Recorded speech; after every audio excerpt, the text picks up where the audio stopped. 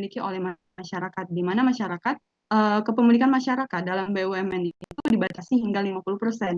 Namun tidak semua BUMN dapat dimiliki oleh masyarakat, hanya bisa membeli pada saham BUMN Persero. Selanjutnya,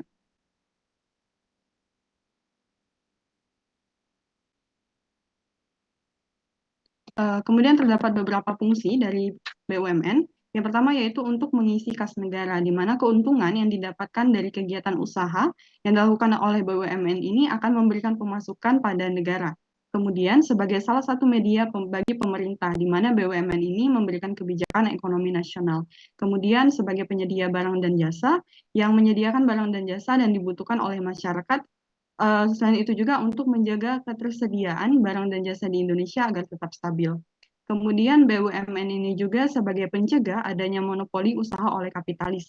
Pengusaha itu sering bertindak monopoli pasar dengan menimbun barang dan memainkan harga komoditas. Peran BUMN di sini adalah memberikan alternatif baru pada rakyat agar tidak terjebak dalam monopoli para kapitalis. Kemudian BUMN ini juga sebagai pembina untuk pengembangan UMKM, koperasi, dan masyarakat. Slide.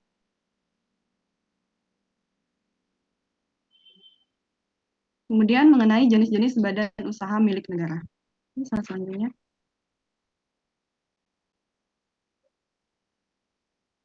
Jadi jenis BUMN ini terbagi menjadi dua, yaitu Persero dan juga Perum atau perusahaan umum. Di mana Persero ini merupakan badan usaha yang berbentuk perseroan terbatas, di mana modalnya itu terbagi dalam saham. Saham tersebut seluruhnya atau minimal 51% dimiliki oleh negara. Nah, pada BUMN jenis ini ditujukan untuk mendatangkan keuntungan dan menjalankan fungsi komersial.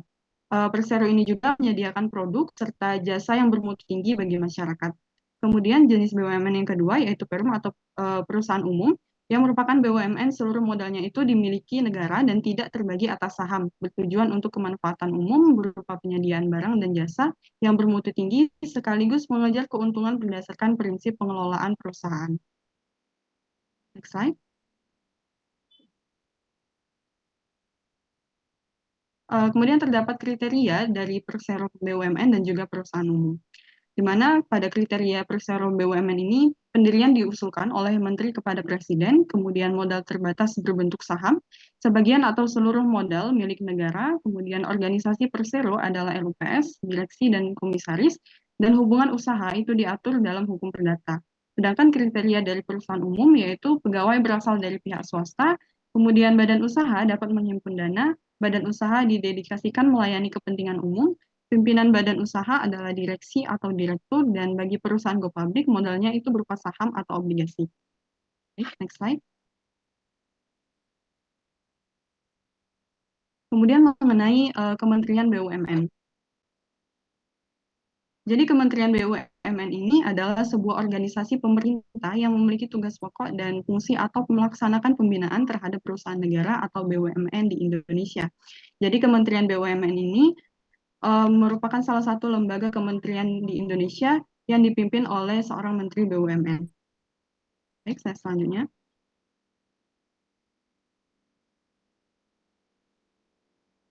Kemudian terdapat beberapa fungsi dari Kementerian BUMN. Yang pertama yaitu merumuskan dan menetapkan serta koordinasi pelaksanaan kebijakan di bidang pengembangan usaha, inisiatif bisnis strategis, penguatan kinerja, restrukturasi, teknologi informasi, manajemen sumber daya manusia, dan lainnya. Kemudian koordinasi pelaksanaan tugas, pembinaan, dan pemberian dukungan administrasi pada organisasi badan usaha milik negara. Kemudian pengelolaan barang milik negara yang menjadi tanggung jawab BUMN dan pengawasan atas pelaksanaan tugas di lingkungan. Dan selanjutnya. Awalnya sih bagus. Selanjutnya mengenai sistem akuntansi badan usaha milik negara. Next slide. Yang pertama dari basis akuntansi, di mana BUMN ini adalah salah satu organisasi sektor publik dan acuan yang dipergunakan untuk mempelajari akuntansi pemerintahan adalah Standar Akuntansi Pemerintahan atau SAP yang diatur dalam Peraturan Presiden Republik Indonesia Nomor 71 Tahun 2010 tentang Standar Akuntansi Pemerintahan. Basis yang digunakan dalam akuntansi lembaga di Indonesia saat ini adalah basis akrual yang sudah berlaku sejak tahun 2015. Oke, selanjutnya.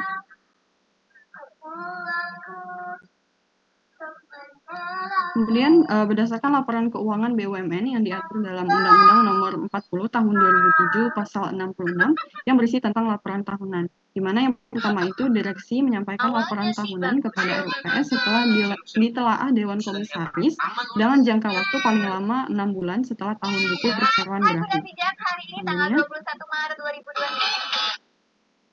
adapun laporan tahunan yang harus disusun oleh perusahaan BUMN itu memuat sekurang-kurangnya yang pertama dari laporan keuangan yang terdiri dari laporan posisi keuangan, laporan laba rugi, laporan arus kas, laporan perubahan ekuitas, serta catatan atas laporan keuangan. Kemudian laporan kegiatan perseroan dan laporan pelaksanaan tanggung jawab sosial lingkungan, serta rincian masalah yang timbul selama tahun buku laporan tugas pengawasan, gaji, tunjangan anggota direksi, dan honorarium. Selanjutnya, kemudian, laporan keuangan yang disusun oleh perusahaan BUMN ini harus berdasarkan standar akuntansi keuangan, serta laporan posisi keuangan dan laporan laba rugi wajib diaudit dan harus disampaikan kepada Menteri sesuai aturan undang-undang. Jadi dapat disimpulkan bahwa laporan keuangan pada perusahaan BUMN ini harus disusun berdasarkan standar akuntansi keuangan atau SAK dan wajib diaudit oleh Badan Pengawas Keuangan atau BPK dan KAP yang ditunjuk. Laporan yang tahunan yang sudah ditelaah oleh Dewan Komisaris itu kemudian direksi menyampaikannya kepada RUPS dan selanjutnya diserahkan kepada Menteri BUMN. Dan selanjutnya, kemudian mengenai laporan keuangan Kementerian BUMN yang disusun dan disajikan sesuai Peraturan Presiden Nomor 71 Tahun 2010 tentang standar akuntansi pemerintah yang meliputi laporan realisasi anggaran, laporan perubahan saldo anggaran lebih, neraca, laporan arus kas, laporan operasional, laporan perubahan ekuitas, serta catatan atas laporan keuangan. Selanjutnya, baik, materi selanjutnya mengenai akuntansi badan usaha milik daerah atau BUMD akan dijelaskan oleh Zafira. Baik, selanjutnya adalah badan usaha milik daerah. Next slide.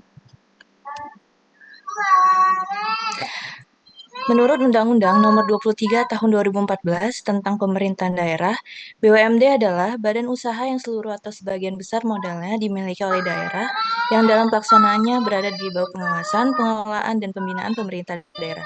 Sebagian besar atau seluruh modal dari BUMD dimiliki oleh negara yang berasal dari kekayaan daerah yang dipisahkan. Atau bisa dikatakan, BUMD adalah cabang dari badan usaha milik negara di setiap daerah.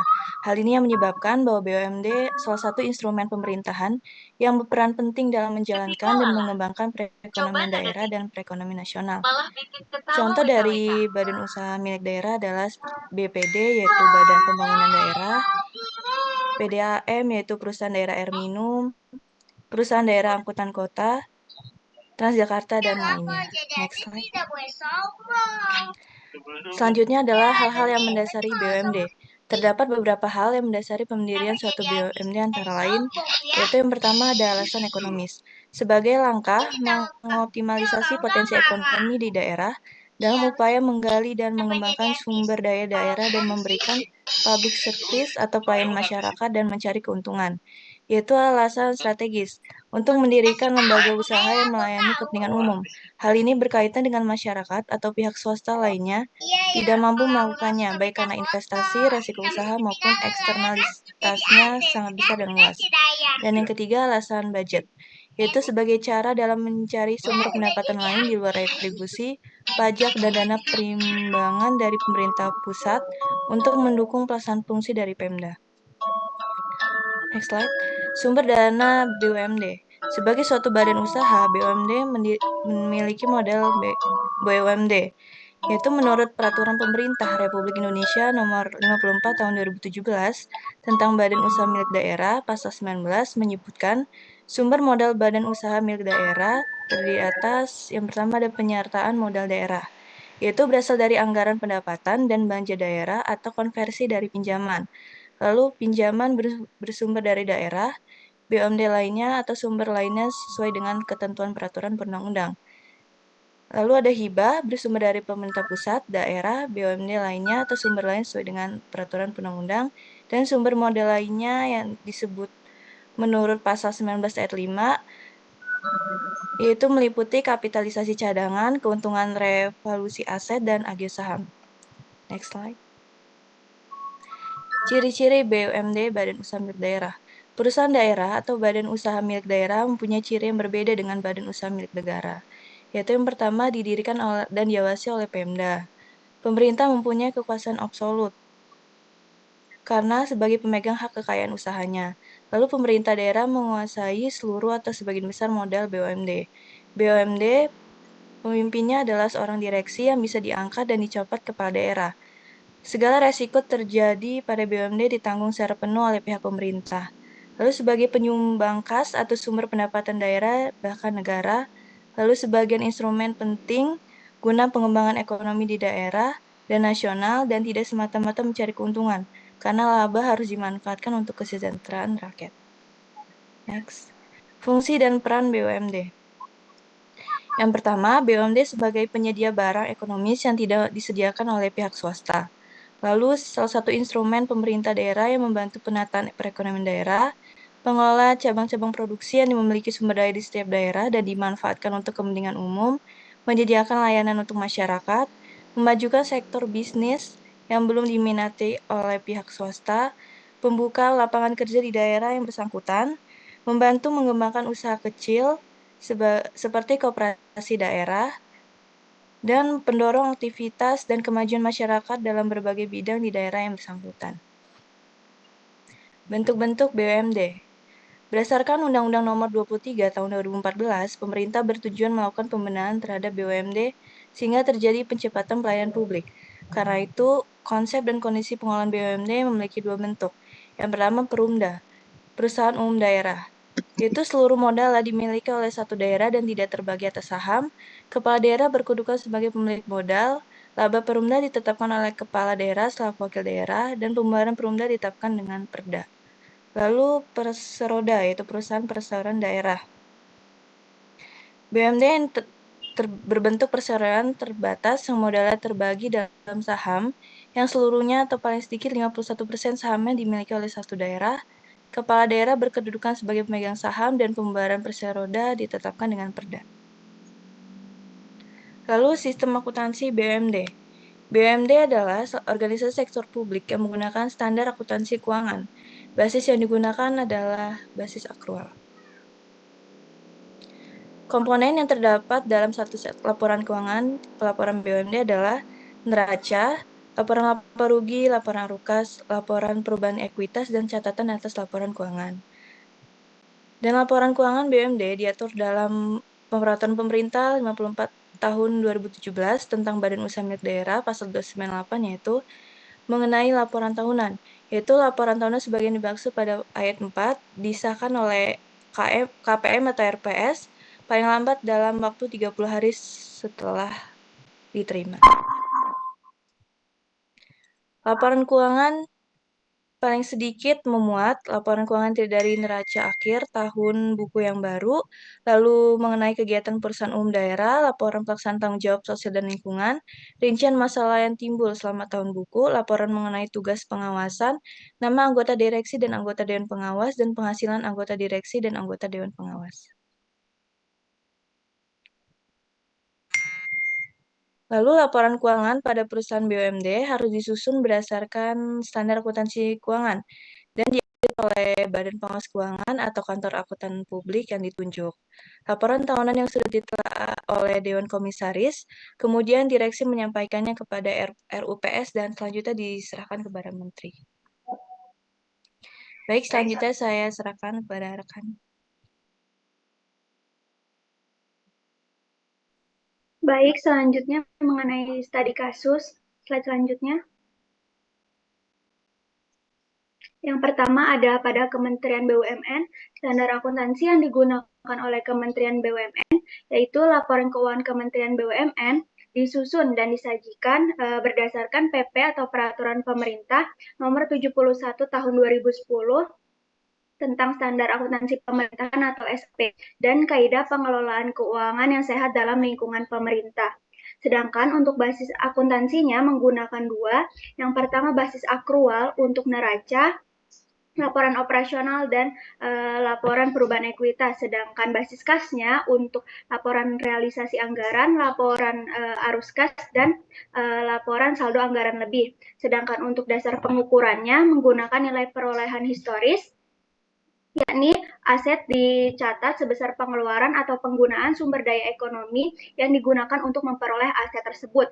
Dan kewajiban dicatat sebesar nilai wajar dari sumber daya ekonomi yang digunakan untuk memenuhi kewajiban yang bersangkutan. Untuk sistem akuntansi instansinya menggunakan dua sistem. Yang pertama ada SAIBA atau sistem akuntansi instansi berbasis akrual yang dirancang untuk menghasilkan laporan keuangan satuan kerja yang terdiri dari laporan realisasi anggaran, neraca, laporan operasional, serta laporan perubahan ekuitas.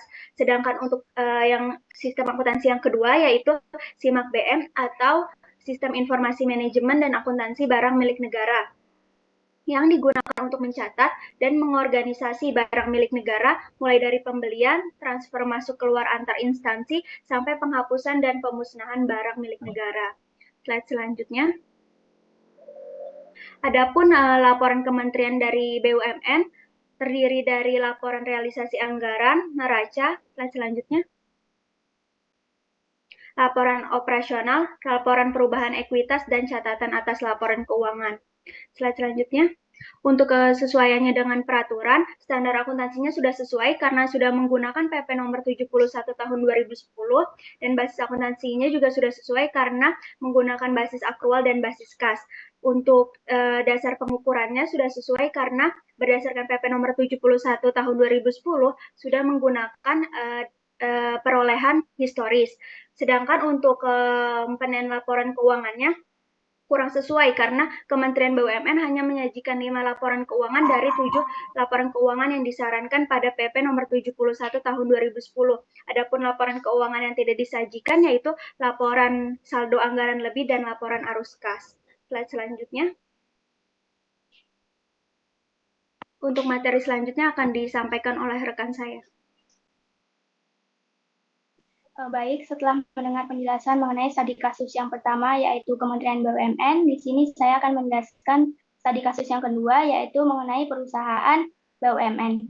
Perusahaan BUMN yang kelompok kami ambil yaitu adalah PT Telkom Persero Tbk.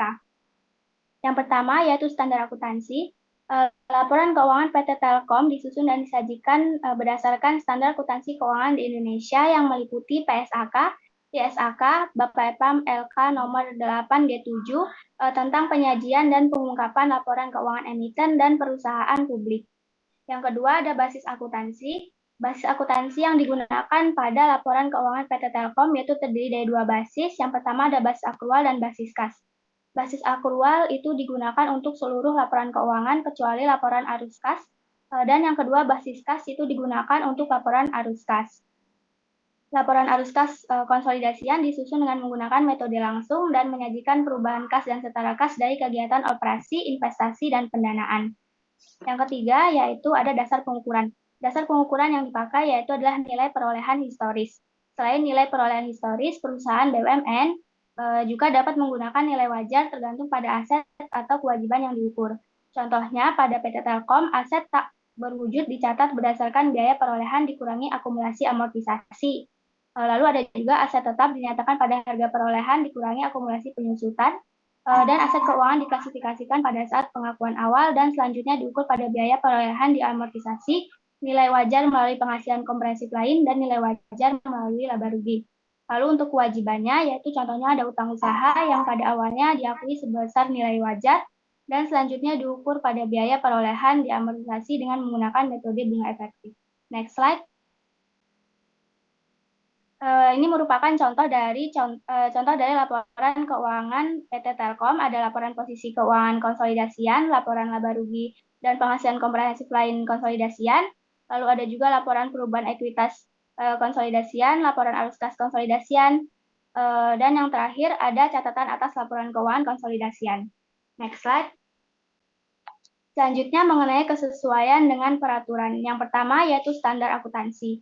Untuk standar akuntansi keuangannya yaitu telah sesuai karena laporan keuangan pada perusahaan BUMN harus disusun berdasarkan SAK yang wajib diaudit oleh BPK atau KAP yang telah ditunjuk. Laporan keuangan PT Telkom juga tadi sesuai dengan yang sudah saya jelaskan telah disusun dan disajikan sesuai dengan SAK dan laporan PT Telkom Indonesia telah diaudit oleh KAP EY. Lalu yang kedua yaitu ada basis akuntansi. Untuk basis akuntansi sendiri kurang sesuai karena seperti yang tercantum pada PSAK bahwa laporan keuangan disusun dengan menggunakan basis akrual, sedangkan pada PT Telkom pada laporan arus kasnya masih menggunakan basis kas.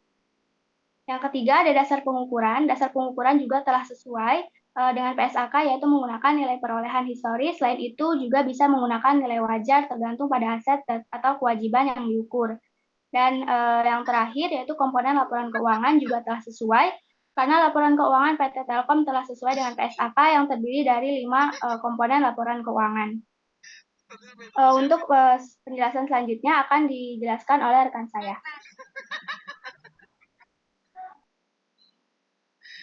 Baik, di sini saya akan menjelaskan studi kasus pada BUMD yang ada di PDAM Jasa Kabupaten Lampung Selatan. Di sini ada yang pertama standar akuntansi, yang dimana standar akuntansi yang digunakan badan usaha BUMD tadi itu kan mengacu pada standar akuntansi keuangan atau SAK yang diterbitkan oleh Dewan Standar Akuntansi Keuangan. Jadi PDAM di Jasa Kabupaten Lampung Selatan ini menggunakan standar SAK dan standar akuntansi keuangan entitas tanpa akuntansi publik atau SAK etap. Lalu selanjutnya ada SAK etap. Lalu selanjutnya ada basis akuntansi, yang dimana basis akuntansi yang umum digunakan dalam badan usaha milik daerah ini di Indonesia adalah basis akrual. Jadi pendekatan akuntansi ini mengakui pendapatan saat terdapat kewajiban yang terpenuhi dan mengakui biaya saat ada kewajiban yang timbul, terlepas dari penerimaan atau pembayaran kas. Jadi pada laporan keuangan PDAM ini disusun berdasarkan basis akrual. Lalu di sini ada dasar pengukurannya, yang dimana tadi BUMD sendiri itu dasar pengukurannya itu historis atau dan juga biaya perolehan. Pada PDAM Kabupaten Lampung Selatan ini disusun berdasarkan biaya perolehan, yang dimana aset tetap dicatat berdasarkan harga perolehan termaksud semua beban yang dikeluarkan sampai aset tetap tersebut siap digunakan.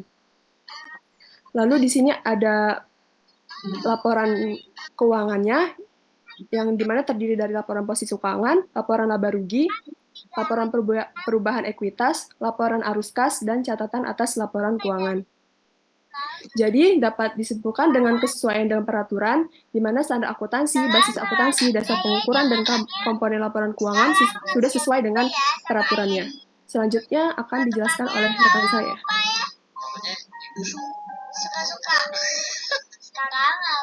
Baik, terima kasih. Di sini saya akan menjelaskan studi kasus BUMD perusahaan PDAM Tirta Tarum Kabupaten Karawang, yang dimana tadi sebelumnya sudah dijelaskan namun berbeda kabupaten. Dan di sini saya akan memperlihatkan kepada teman-teman semuanya bahwa walaupun satu perusahaan, namun jika berbeda kabupaten atau daerah, maka sedikit ada perbedaan di perusahaan tersebut, yang dimana nanti saya akan jelaskan di laporan keuangannya.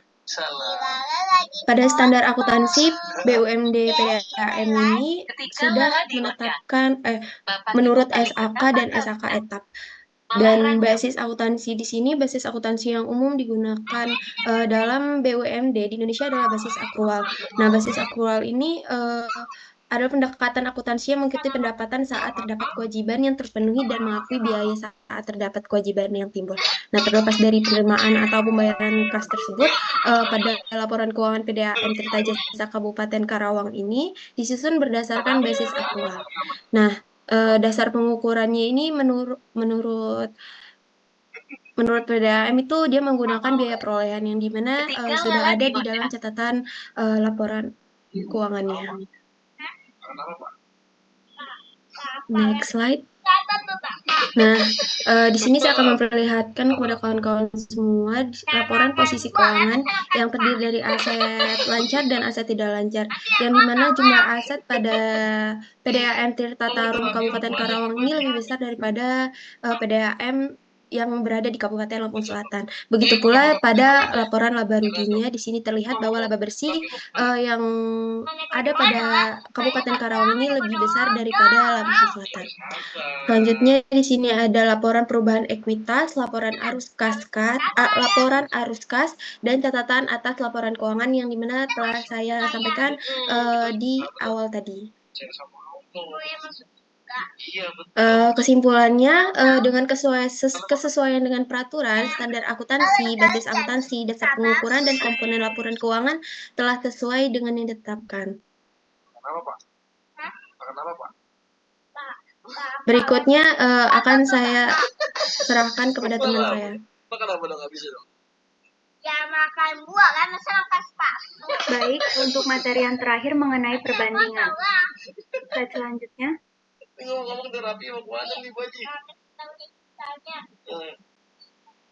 Untuk perbandingan yang pertama yaitu perbandingan penerapan yang sesuai dengan aturan. Yang pertama, standar akuntansinya untuk Kementerian BUMN harus berdasarkan pada PP nomor 71 tahun 2010 dan Kaidah Pengelolaan Keuangan yang Sehat dalam Lingkungan Pemerintah. Sedangkan untuk perusahaan BUMN harus berdasarkan pada SAK dan PSAK. Untuk perusahaan BUMD harus berdasarkan pada SAK dan SAK etap. Yang kedua, untuk basis akuntansinya, Kementerian BUMN harus menggunakan basis akrual dan basis kas, sedangkan untuk perusahaan BUMN dan BUMD harus menggunakan basis akrual. Yang ketiga, dasar pengukurannya untuk Kementerian BUMN dan perusahaan BUMN menggunakan nilai perolehan historis dan untuk perusahaan BUMD menggunakan biaya perolehan. Untuk komponen laporan keuangannya, Kementerian BUMN harus menyajikan 7 laporan keuangan yang terdiri dari laporan realisasi anggaran, laporan saldo anggaran lebih, neraca, laporan operasional, laporan perubahan ekuitas, laporan arus kas, serta catatan atas laporan keuangan. Sedangkan untuk perusahaan BUMN dan perusahaan BUMD hanya menyajikan 5 laporan keuangan yang terdiri dari laporan posisi keuangan, laporan laba rugi, laporan perubahan ekuitas, laporan arus kas, serta catatan atas laporan keuangan. Slide selanjutnya.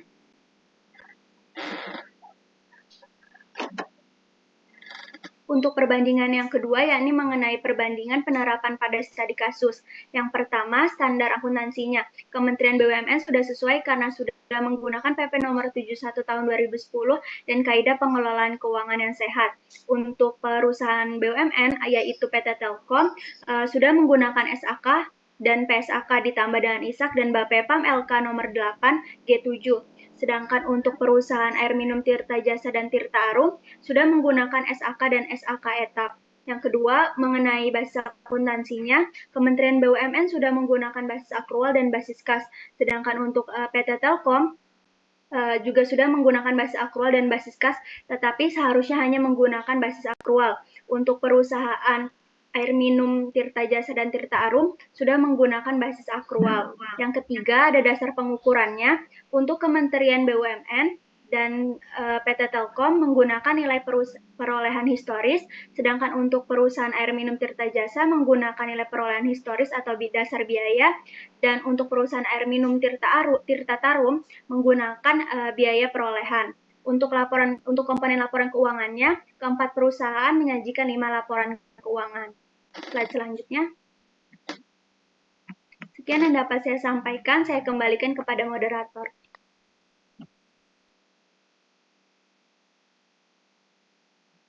Baik, itu tadi telah dijelaskan mengenai materi dari akuntansi BUMD maupun BUMN dan telah dijelaskan juga studi kasusnya. Selanjutnya kami akan membuka sesi diskusi tanya jawab. Pada para teman-teman yang ingin bertanya, silakan raise hand.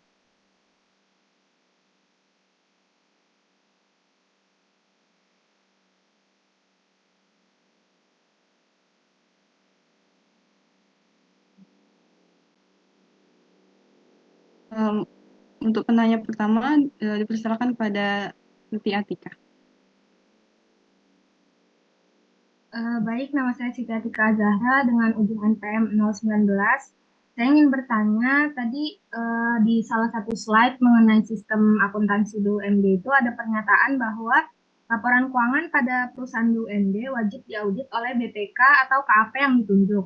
Nah, apakah itu artinya BPK dan KAP ini sama-sama bisa mengaudit suatu perusahaan BUMD tanpa adanya kriteria tertentu atau ada kriteria khusus bagi perusahaan BUMD untuk diaudit oleh salah satu di antaranya? Terima kasih.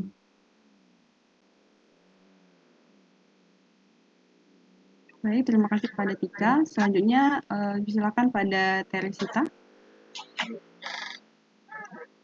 Baik, terima kasih. Saya Teresta Angela Zita Dewi dengan ujung NPM 002. Ingin bertanya, setelah kelompok kalian memaparkan beberapa studi kasus terkait sistem akuntansi pada BUMN dan BUMD, pertanyaannya, dapatkah kalian memaparkan bagaimana sih kondisi sistem akuntansi yang ada di negara kita ini? Apakah sistem tersebut itu sudah berlangsung baik? Dan jika memang belum terlaksana dengan baik, itu solusi apa yang dapat kalian berikan untuk memperbaikinya?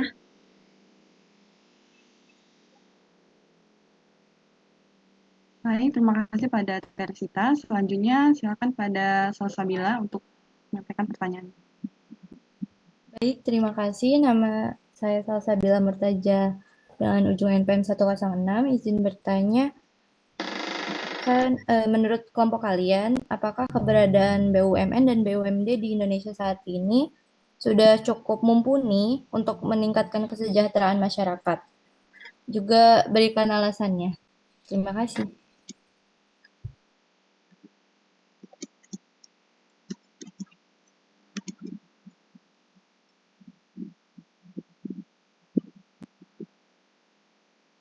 Baik, terima kasih kepada para penanya. Selanjutnya kami akan berdiskusi sebentar untuk menjawab pertanyaan-pertanyaan tadi.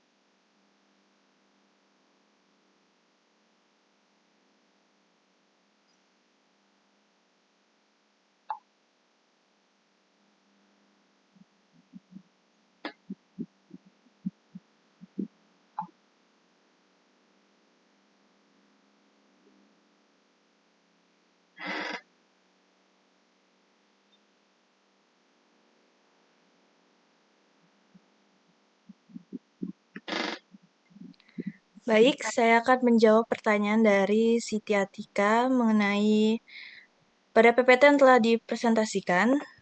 Ada pertanyaan bahwa laporan keuangan pada perusahaan BUMD wajib diaudit oleh BPK atau KAP yang ditunjuk. Apakah itu artinya BPK dan KAP sama-sama bisa mengaudit suatu perusahaan BUMD tanpa adanya kriteria tertentu, atau ada kriteria terkhusus pada perusahaan BUMD untuk diaudit oleh salah satu di antaranya? Jadi, kan salah satu wujud dari keuangan negara adalah kekayaan negara yang dipisahkan pada perusahaan negara atau perusahaan daerah. Dalam konteks ini, negara memperbolehkan BPK untuk melakukan audit terhadap BUMD. Hal ini juga dipertegas dalam Undang-Undang Nomor 15 Tahun 2006 tentang BPK Pasal 6 Ayat 1, yaitu BPK bertugas memeriksa pengelolaan dan tanggung jawab keuangan negara yang dilakukan oleh BUMD. Supaya BPK dalam menjalankan tugasnya tersebut BPK dapat meminta keterangan atau dokumen dan menerapkan jenis dokumen, data, serta informasi mengenai pengolahan dan tanggung jawab keuangan negara yang wajib disampaikan kepada BPK serta melakukan pemeriksaan di kantor BUMD yang bersangkutan. Akan tetapi dalam peraturan pemerintah nomor 54 tahun 2017 tentang BUMD, tidak ada secara spesifik bahwa BUMD juga harus diaudit oleh auditor negara, kecuali oleh auditor independen. Namun bukan berarti bahwa BPK tidak berwenang untuk melakukan pemeriksaan atas laporan keuangan BUMD karena termasuk dalam ruang lingkup keuangan negara. Baik, terima kasih.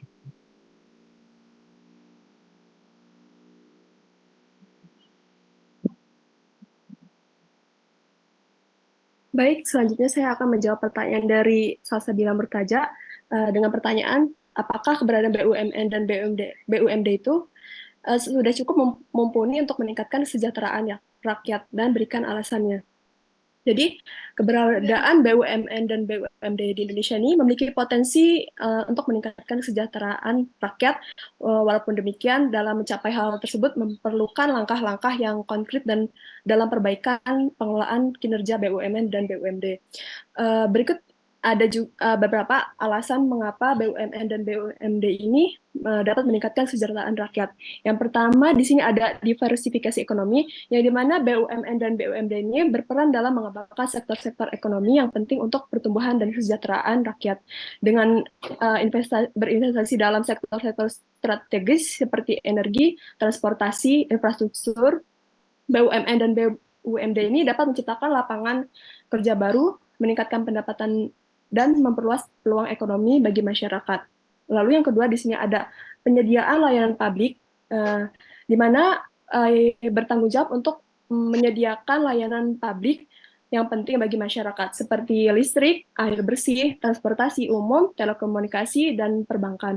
Dalam hal ini, BUMN dan BUMD dapat memainkan peran penting dalam memastikan akses yang adil dan terjangkau terhadap layanan-layanan ini, sehingga dapat juga meningkatkan kesejahteraan dan kualitas hidup masyarakat. Lalu dalam distribusi keuntungannya, sebagai badan usaha, memiliki potensi untuk menyumbangkan keuntungan mereka kembali kepada masyarakat. Misalnya subsidi energi atau dan program tanggung jawab juga. Keuntungan ini digunakan untuk membiayai program-program pemerintah yang bertujuan untuk meningkatkan kesejahteraan rakyat seperti pendidikan, kesehatan, dan penanggulangan kemiskinan. Lalu ada pengembangan kawasan yang terpencil.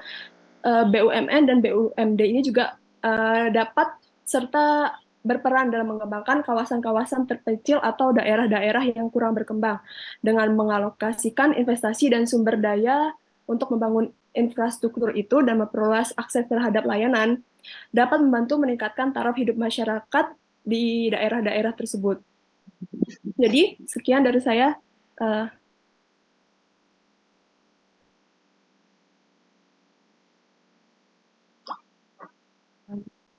Baik, selanjutnya saya akan menjawab pertanyaan dari Teresita tentang bagaimana kondisi sistem akuntansi yang ada di negara kita ini, apakah sudah berlangsung dengan baik, dan jika belum, solusi apa yang dapat diberikan untuk memperbaikinya. Saat ini di Indonesia sudah diterapkan akuntansi secara aktual, walaupun belum dilakukan pada semua pelaporan keuangan pemerintahan. Nah, pada umumnya penerapan akuntansi aktual di Indonesia ini semakin berkembang, namun dalam pengimplementasiannya masih banyak menghadapi hambatan dan juga tantangan. Adapun bentuk tantangan tersebut seperti sistem akuntansi dan IT-based system, kemudian tersedianya sumber daya manusia yang kompeten, resistensi terhadap perubahan dan lingkungan masyarakat. Selain itu, terdapat beberapa hal yang menjadi hambatan atau kendala bagi pemerintah daerah dalam menerapkan akuntansi berbasis aktual. Seperti halnya penyusunan standar yang tidak independen, kemudian produk hukum yang saling bertentangan, minimnya dukungan politik elit pemerintah, kurangnya staf yang berkualitas, dan kendala reformasi akuntansi pada tingkat pemerintah daerah. Adapun solusi yang dapat diberikan yaitu melakukan pemberian dukungan yang kuat dari pejabat maupun pimpinan politik, karena bentuk dukungan ini menjadi kunci keberhasilan perubahan yang ada. Kemudian menyusun perencanaan sumber daya manusia di bidang akuntansi pemerintahan. Selain itu juga pendanaan yang cukup untuk investasi awal dan untuk kegiatan yang bersifat pemeliharaan.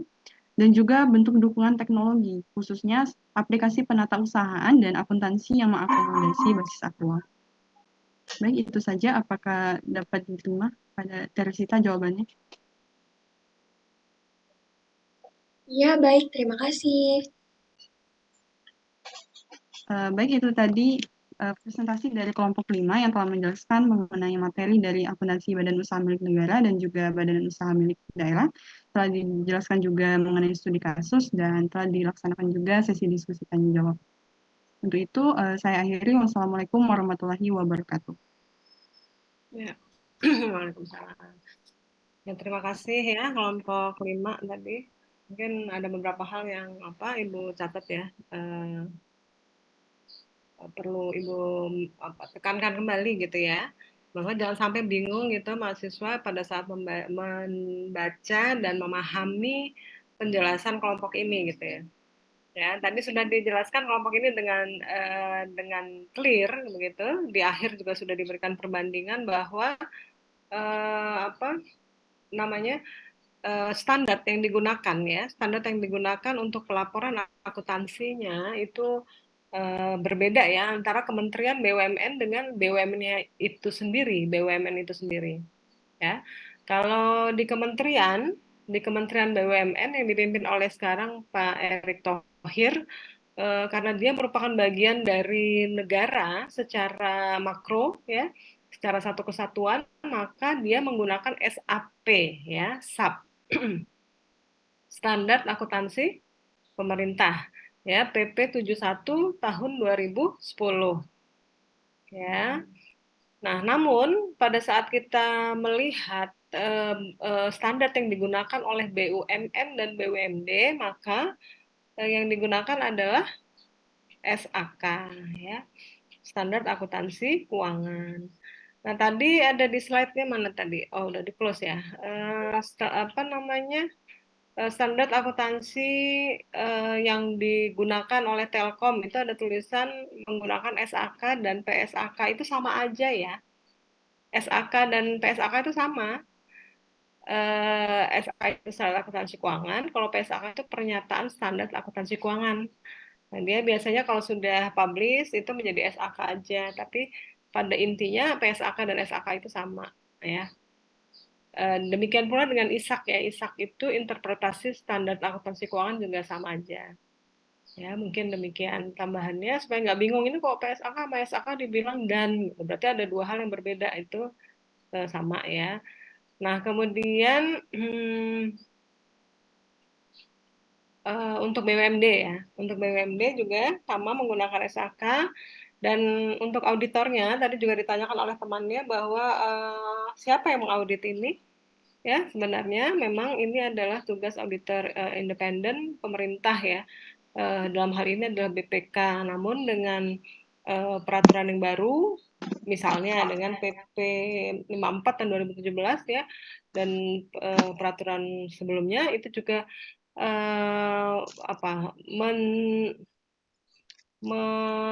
mengisyaratkan bahwa BPK boleh menunjuk kantor akuntan publik ya, untuk melakukan audit seperti yang mereka lakukan. Jadi itu kepanjangan tangan dari BPK.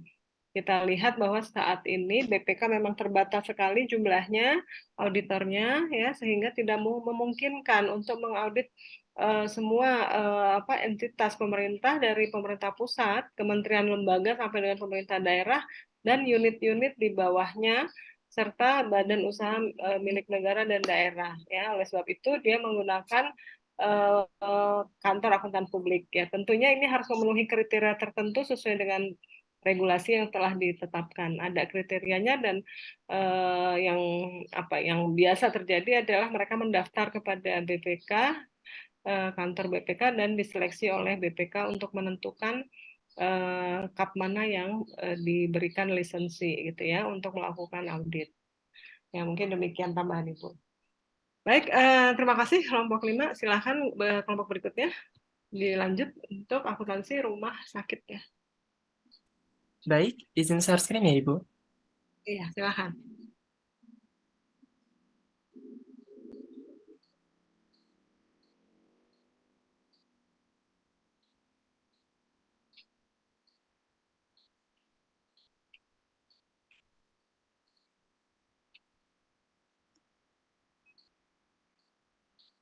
Baik, seperti yang kita ketahui bersama, bahwasannya rumah sakit merupakan suatu sarana pelayanan masyarakat, khususnya di bidang kesehatan. Namun demikian, hingga saat ini masih banyak sekali rumah sakit yang belum mampu meningkatkan mutu pelayanannya akibat adanya kekacauan dalam pengimplementasian akuntansi di rumah sakit tersebut. Oleh karena itu, kami dari kelompok 4 akan memaparkan hasil diskusi kami mengenai akuntansi rumah sakit, baik rumah sakit milik pemerintah atau badan layanan umum, dan juga rumah sakit swasta. Namun, sebelum kita lebih jauh membahas mengenai topik tersebut, pertama-tama izinkan saya membuka sesi presentasi kelompok kami. Assalamualaikum warahmatullahi wabarakatuh.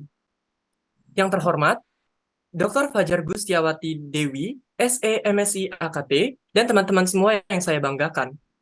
Adapun anggota kelompok 4, yaitu saya sendiri, Muhammad Hairi Farel dengan ujung NPM 031, Indi Basitur Rahma dengan ujung NPM 038, Rima Fadila dengan ujung NPM 045, Halidah Hairiyah dengan ujung NPM 061, Widya Fatmawati dengan ujung NPM 087, dan Desvina Mayangkinanti dengan ujung NPM 091. Adapun topik-topik yang akan kami bawa pada pagi hari ini, yaitu yang pertama itu ada definisi, lalu ada pola pengelolaannya, pola pengelolaan keuangan, lalu juga ada sistem akuntansi rumah sakit, dan juga ada contoh kasusnya. Baik, langsung saja kita mulai dari definisi. Bagi Rima Fadila, dipersilahkan. Baik, terima kasih moderator. Di sini saya akan menjelaskan mengenai definisi. Menurut Undang-Undang Nomor 44 Tahun 2009 tentang rumah sakit merupakan institusi pelayanan kesehatan yang menyelenggarakan pelayanan kesehatan perorangan secara paripurna, yang menyediakan pelayanan rawat inap, rawat jalan, dan juga gawat darurat. Di dalam diskusi kami kali ini, kami menjelaskan dua jenis rumah sakit. Yang pertama ada rumah sakit BLU, dan yang kedua ada rumah sakit swasta. Rumah sakit BLU sendiri merupakan rumah sakit yang menyediakan pelayanan kesehatan dan dikelola oleh pemerintah, namun dijalankan secara mandiri dengan tujuan untuk memberikan pelayanan kesehatan yang lebih baik, tetapi rumah sakit ini tidak berorientasi pada laba. Sedangkan untuk rumah sakit swasta, rumah sakit ini dimiliki dan dioperasikan oleh badan hukum swasta atau perorangan yang bertujuan untuk memberikan pelayanan kesehatan, tetapi rumah sakit ini berorientasi pada keuntungan finansial. Next slide. Nah, untuk ciri-ciri rumah sakit, yang pertama, jika ditinjau dari segi kepemilikan, rumah sakit BLU atau Badan Layanan Umum dimiliki dan dikelola oleh pemerintah, sedangkan rumah sakit swasta dimiliki dan dikelola oleh badan atau perorangan swasta. Dan untuk ditinjau dari segi tujuan, rumah sakit BLU bertujuan untuk memberikan pelayanan kesehatan yang berkualitas dan terjangkau bagi masyarakat, sedangkan rumah sakit swasta bertujuannya untuk memperoleh keuntungan finansial. Dan untuk biaya perawatan rumah sakit BLU lebih terjangkau karena tarif dari rumah sakit BLU sendiri ditetapkan oleh pemerintah, sedangkan rumah sakit swasta biaya perawatannya lebih mahal. Dan untuk kebijakan dan keputusannya rumah sakit BLU lebih terikat pada peraturan pemerintah, sedangkan untuk rumah sakit swasta lebih fleksibel karena diambil berdasarkan aspek keuntungan bisnis. Dan selanjutnya, rumah sakit BLU berperan sebagai fasilitas kesehatan publik yang dikelola oleh pemerintah, sedangkan untuk rumah sakit swasta berperan sebagai fasilitas kesehatan swasta yang dikelola oleh badan atau perorangan swasta. Dan yang terakhir, sumber pendanaannya, rumah sakit BLU ini didanai oleh APBN atau APBD, sedangkan rumah sakit swasta didanai dari sumber pendanaan seperti modal sendiri, pinjaman bank maupun investor. Next slide. Untuk dasar hukum dari rumah sakit BLU, yang pertama ada Undang-Undang Nomor 36 Tahun 2009 tentang kesehatan, Undang-Undang Nomor 44 Tahun 2009 tentang rumah sakit, Undang-Undang Nomor 1 Tahun 2004 tentang Perbendaharaan Negara, dan juga Peraturan Pemerintah Nomor 24 Tahun 2005 tentang Standar Akuntansi Pemerintahan. Untuk rumah sakit swasta sendiri ada Undang-Undang Nomor 36 Tahun 2009 tentang kesehatan, Peraturan Pemerintah Nomor 44 Tahun 2019 tentang rumah sakit swasta, Peraturan Menteri Kesehatan Nomor 45 Tahun 2017 tentang standar pelayanan minimal rumah sakit, dan juga Peraturan Menteri Kesehatan Nomor 36 Tahun 2021 tentang pelayanan kefarmasian di rumah sakit. Sebenarnya dasar hukum dari kedua rumah sakit ini lebih banyak, tetapi yang kami tampilkan hanya beberapa. Untuk selanjutnya akan dijelaskan oleh Farel. Baik, untuk yang slide selanjutnya, bisa next. Oke, yaitu mengenai pola pengelolaan keuangan. Nah, berbicara mengenai akuntansi rumah sakit, tentu saja kita akan berbicara mengenai pola pengelolaan keuangannya.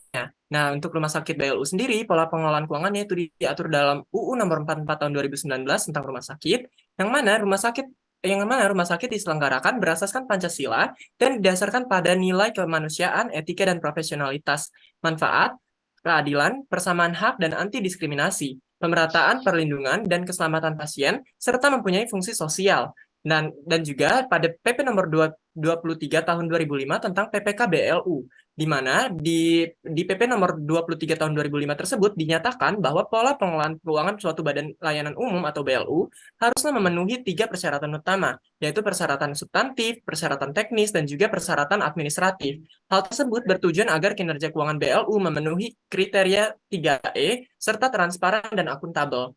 Selanjutnya, nah, di sini ada pola pengelolaan keuangannya. Ada 5 macam. Yang pertama itu adalah sumber pendanaan. Yang kedua ada anggaran dan perencanaan keuangan. Yang ketiga ada mekanisme pengadaan barang jasa. Yang keempat ada pembuatan laporan keuangan. Dan yang terakhir ada pengawasan dan evaluasi. Kita akan bedah satu-satu. Next. Nah, yang pertama yaitu mengenai pengadaan barang.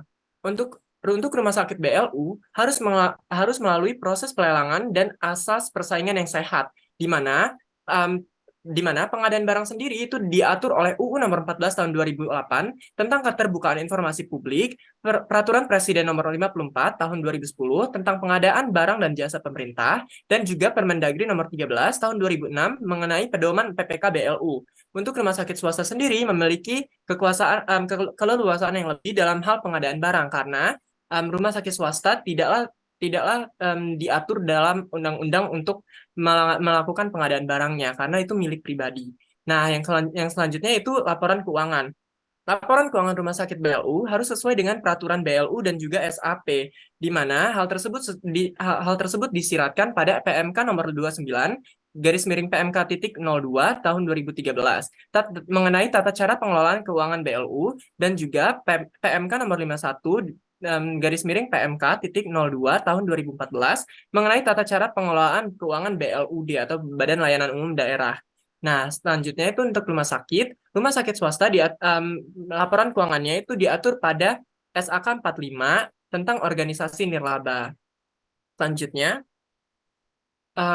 mengenai sumber pendanaan. Seperti yang sudah dijelaskan oleh Rima Fadila tadi, sumber pendanaan rumah sakit BLU berasal dari APBN, APBD, dana BLU, hibah, dan lainnya, termasuk juga pendapatan asli rumah sakit tersebut. Dan untuk rumah sakit swasta, itu didanai oleh modal pribadi, pihak ketiga, pinjaman bank, atau dengan penghasilan dari kerjasama antara pihak rumah sakit dengan pemerintah, seperti dengan asuransi kesehatan, ASKES, atau BPJS, dan lain sebagainya. Selanjutnya yaitu mengenai perencanaan keuangan. Dalam hal perencanaan keuangan, rumah sakit BLU harus sesuai dengan peraturan serta undang-undang BLU yang berlaku. Sedangkan rumah sakit swasta memiliki tingkat fleksibilitas yang tinggi mengenai perencanaan keuangannya. Karena perencanaan keuangan di dalam rumah sakit swasta itu mementingkan laba dibandingkan dibandingkan dengan rumah sakit BLU sendiri. Nah, selanjutnya itu mengenai pengawasan dan evaluasi. Nah, pengawasan dan evaluasi itu sangat erat kaitannya dengan audit. Rumah sakit BLU diaudit oleh BPK, yang mana hal tersebut jelas tercantum dalam PMK nomor 60 /PMK.02 2017 tentang tata cara pelaksanaan pengendalian dan atas pelaksanaan APBN pada BLU, di mana di situ diketahui bahwa rumah sakit itu diaudit oleh auditor independen yang ditunjuk oleh Menteri Keuangan, sedangkan rumah sakit swasta itu diaudit oleh KAP. Selanjutnya, nah di sini ada manfaat akuntansi. Manfaat akuntansi itu dalam dunia rumah sakit ada 3. Yang pertama untuk mengelola keuangan dengan efektif dan efisien. Yang kedua meningkatkan akuntabilitas dan transparansi. Dan yang ketiga itu menjamin keberlangsungan rumah sakit. Nah, untuk materi yang selanjutnya akan dijelaskan oleh pemateri selanjutnya. Baik, terima kasih moderator atas waktunya. Di sini yang pertama saya akan menjelaskan mengenai siklus akuntansi rumah sakit. Nah, pada umumnya siklus akuntansi dari rumah sakit sendiri ini sama dengan siklus akuntansi dengan organisasi atau lembaga nirlaba lainnya, yaitu terdiri dari 3 tahap. Yang pertama, tahap pencatatan. Nah, tahap pencatatan ini terdiri dari pengumpulan bukti transaksi yang mana kemudian dijurnal dan diposting ke buku besar. Kemudian tahap pengikhtisaran, yaitu ikhtisar di buku besar dan pembuatan neraca lajur. Kemudian yang tahap ketiga yakni tahap laporan, yakni pembuatan laporan keuangan. So, next slide. Nah, seperti yang saya jelaskan tadi, dari siklus akuntansi rumah sakit kan terdapat 3 tahap. Dari tahap pencatatannya itu terdiri dari identifikasi dan pengukuran transaksi dalam bentuk transaksi dan buku pencatatan, kemudian penjurnalan dan posting ke buku besar berdasarkan kelompok atau jenis akun. Kemudian tahap pengikhtisaran, yakni terdiri dari pengisian neraca saldo berdasarkan akun buku besar, membuat jurnal penyesuaian, penyusunan kertas kerja, pembuatan jurnal penutup, membuat neraca saldo setelah penyesuaian, dan membuat jurnal pembalik. Kemudian tahap ketiga yakni yang terakhir yakni tahap laporan, yakni untuk rumah sakit dulu itu terdapat laporan realisasi anggaran, laporan neraca, laporan arus kas, laporan operasional, laporan perubahan ekuitas dan CLK. Kemudian untuk laporan keuangan swasta itu ada laporan posisi keuangan, laporan laba rugi, laporan arus kas, laporan perubahan ekuitas dan CLK. Next slide. Nah, kemudian di sini ada siklus transaksi rumah sakit. Nah, siklus transaksi rumah sakit ini merupakan aktivitas utama dari rumah sakit itu sendiri. Yang pertama ini di sini ada siklus pendapatan. Nah, siklus pendapatan itu terdiri dari beberapa fungsi seperti pemberian jasa, pelayanan rumah sakit kepada pasien, penerimaan kas, dan pengelolaan piutang. Nah, pemberian jasa layanan ini ada 2 jenis. Yang pertama itu pelayanan medis atau pelayanan non-medis. Pelayanan medis itu mencakup jasa yang terkait langsung dengan pelayanan dokter atau perawat kepada masyarakat, kemudian pelayanan penunjang fasilitas seperti farmasi, laboratorium, fisioterapi, dan radiologi. Sedangkan untuk pelayanan non-medis, yaitu jasa yang berfungsi di dalam peningkatan mutu kinerja rumah sakit, namun tidak terkait secara langsung dengan pelayanan kesehatan pada masyarakat, misalnya administrasi. Dan untuk penerimaan kas, nah sumber penerimaan kas dari rumah sakit itu terdiri ada 3 bagian. Yang pertama, penerimaan hasil operasional rumah sakit, kedua penerimaan hibah, dan ketiga penerimaan anggaran APBN atau APBD. Nah, untuk pendapatan operasional sendiri itu contohnya seperti pendapatan rawat jalan, rawat inap, terus tindakan medis, penunjang medis, dan operasional lainnya. Sedangkan penghasilan non operasionalnya itu ada pendapatan jasa lembaga keuangan, ada pendapatan sewa. Kemudian ada pengelolaan piutang. Nah, pengelolaan piutang ini contohnya yakni penerimaan kas dan dari pencairan piutang yang ada di pelanggannya. Kemudian siklus yang kedua yakni siklus pengeluaran. Nah, siklus pengeluaran ini mencakup fungsi yang terkait dengan pengadaan barang atau jasa yang digunakan oleh rumah sakit dalam menjalankan usahanya. Nah, untuk di siklus pengeluaran ini ada 3. Yang pertama pembelian, kedua pengelolaan utang, dan ketiga pengupahan. Untuk yang pembelian, itu sumber dananya berasal dari APBD dan APBN. Sedangkan untuk apabila menggunakan dasar peraturan Presiden nomor 54 tahun 2010, pengadaan barang dan jasa itu sumber dananya bisa dari pendapatan jasa layanan atau operasional, hibah yang tidak terkait, terus bisa dari hasil kerjasama, dan pendapatan lain-lain yang sah. Kemudian di sini ada pengelolaan utang. Nah, pengelolaan utang ini fungsinya bertugas untuk melakukan pembayaran kepada rekanan atau pemasok dan untuk dapat memastikan bahwa pelunasan utang itu sesuai dengan dokumen yang terkait dengan pembelian dan perlu dilakukan matching proses, yakni semua dokumentasi dikumpulkan, diverifikasi, dan ditelaah sebelum dilakukan pembayaran. Kemudian yang 3 itu ada pengupahan. Nah, pengupahan ini merupakan fungsi yang melibatkan seluruh payroll proses dan personal reporting dan menyajikan informasi terkait dengan personalia. Contohnya itu seperti keterampilan pegawai, pajak, dan potongan-potongan karyawan. Next slide. Nah, kemudian siklus yang ketiga